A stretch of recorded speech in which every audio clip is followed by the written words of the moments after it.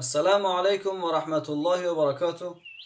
بینندگان عزیز و گرامی، انشاءالله امروز با یاری پروردگار میخواهم برای شما عزیزان باز یک نمود خلیب دیگر را آماده کردنش نشان بدهیم. این خلیب ما عبارت می باشد از آرد سبوسدار داریم 275 گرم، آرد یکمسار داریم 425 گرم، 9 گرم نمک داریم، 9 گرم هم دراج هست، 250 میلی لیتر آب است و 140 میلی لیتر هم شیر. حال بینندگان عزیز، ما شروع میکنیم.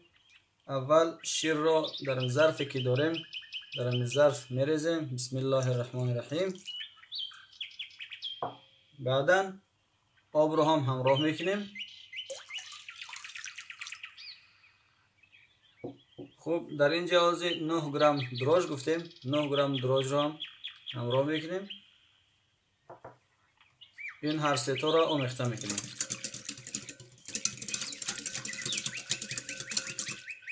میگذاریم مدت 1 دقیقه دم گیرد. خب 1 دقیقه گذشته است. حال 275 گرم آرد سبوسدار داشتیم، این را همراه آرد سفید ارالش میکنیم. این را به این شکل ارالش میکنیم. خب حالی در همه کاسه ای که داریم میریزیم کم کم.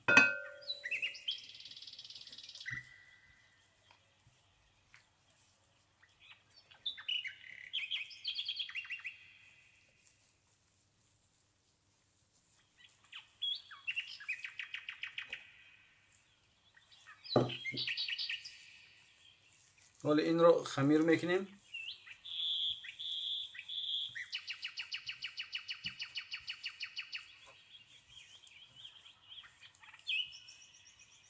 خب یک کم تر خمیر که کردیم، جا نمک داریم، نمک را حالی همراه میکنیم.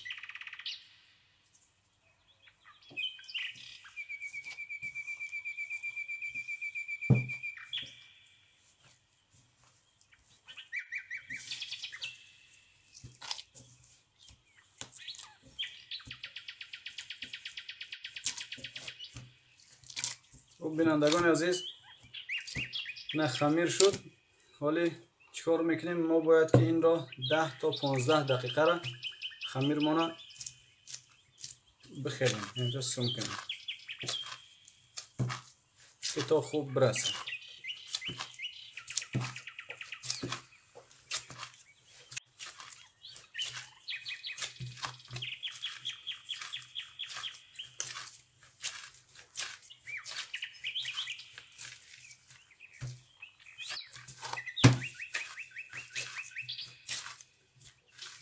اینا بینندگان عزیز، تقریبا یک 15 دقیقه را خمیر کردیم.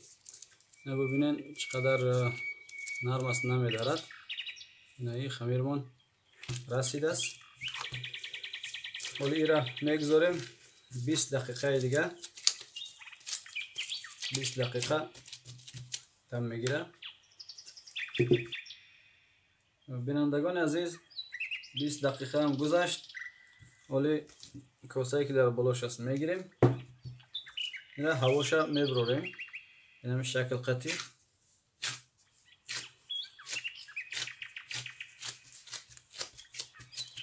اینا برآوردیم. حالی را باز مثل که بود زوالش میگیریم یک تا.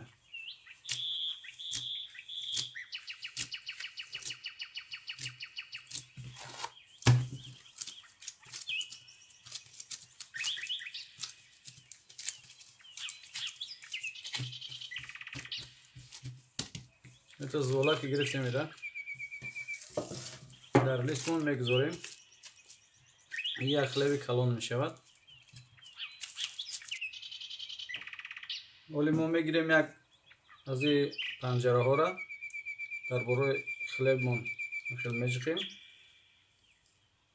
به خاطر گل آمدنش است. کم کم آردم در بالاش میپوشیم.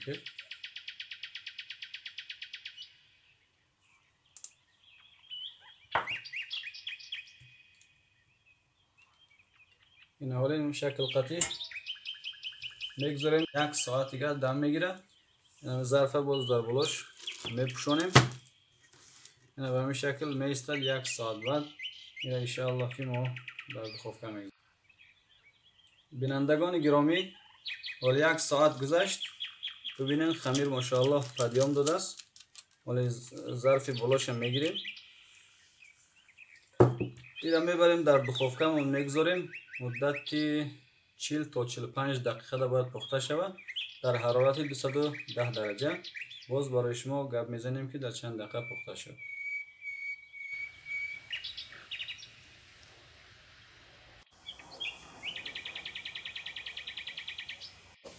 دهنه دخوفکه را باز میکنیم. خلیب ان شاء الله که از داخلش میگیریم. در مدت 40 دقیقه از ما پخته شد. باز با بستگی به دخوفکه هر یک شما می داشته باشد در چند دقیقه پخته می شود. اینا بینندگان عزیز، خلیب ما پخته شده است. اول میگذاریم که یک کم خنک شود چون که بسیار گرم است. خب حالی بینندگان عزیز، در چند دقیقه منتظر نشستیم. کم ترک سرد شده است. میگیریم حالی برای شما عزیزان نشان میدهیم که داخلش چی رقم است. بسم الله الرحمن الرحیم.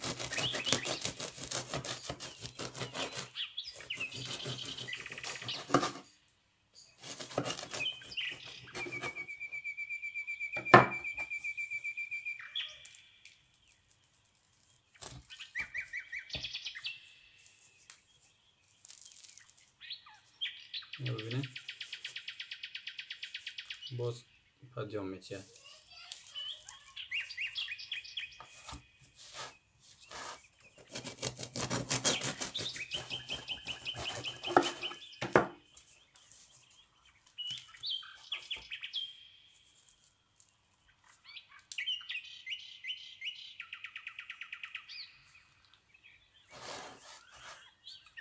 عزیز، این خلیب دیدین که بردیم برای شما نشان دادیم.